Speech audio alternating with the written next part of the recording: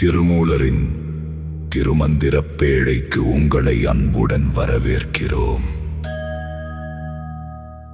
இந்த திருமந்திரப் பாடல் இறைவனின் நித்தியம், வியாபகம், அதீதம் மற்றும் அந்தர்யாமித் தன்மையை விளக்குகிறது. முதலில் பாடலை கேட்போம். தொடர்ந்து நின்றானைத் தொழுமின் தொழுதால் படர்ந்து நின்றான் பரிபாரகமுற்றும். கடந்து நின்றான் கமல மலர் மேலே உடனிருந்தான் அடிப்புண்ணியமாமே. தொடர்ந்து நின்றானைத் தொழுமின் தொழுதால் படர்ந்து நின்றான் பரிபாரகமுற்றும். கடந்து நின்றான் கமல மலர் மேலே உடனிருந்தான் அடிப்புண்ணியமாமே.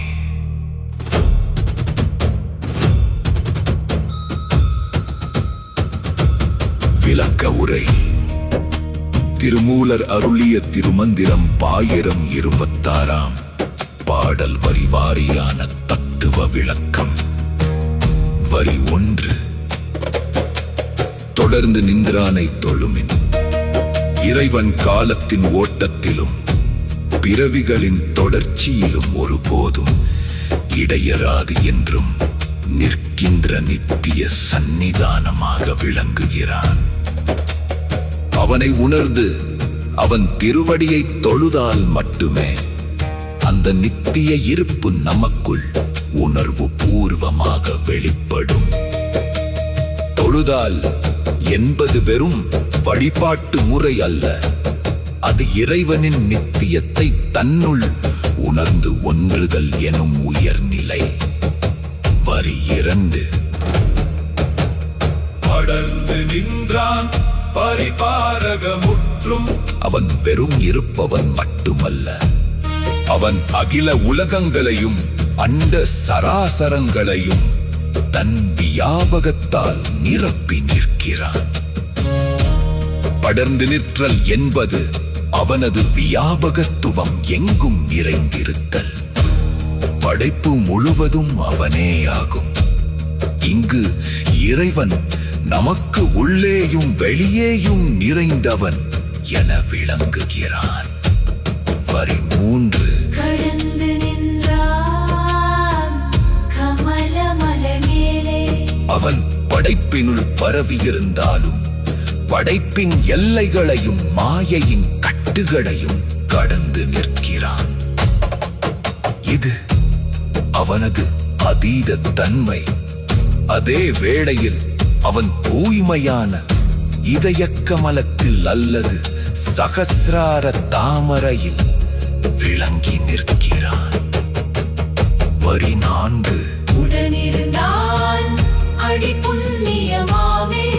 இறைவன் உயிர்களுக்கு உள்ளேயே உடனிருந்து அந்தர்யாமியாக அருள் புரிகிறான். உடனிருத்தல் என்பது அவனது தன்மையின் உச்சம். உயிர்க்குயிராயிருந்து அறிவுக்கறிவாயிருந்து அன்புக்கன்பாயிருந்து நம்மை இயக்கும் நிலை. அவனது திருவடிகளை அருள், ஞானம், விடுதலை உணர்ந்து தொழுவதே உண்மையான புண்ணியம். இது பிறவி கடலை கடக்கும் நெய் புண்ணியம். தத்துவச்சாரம்.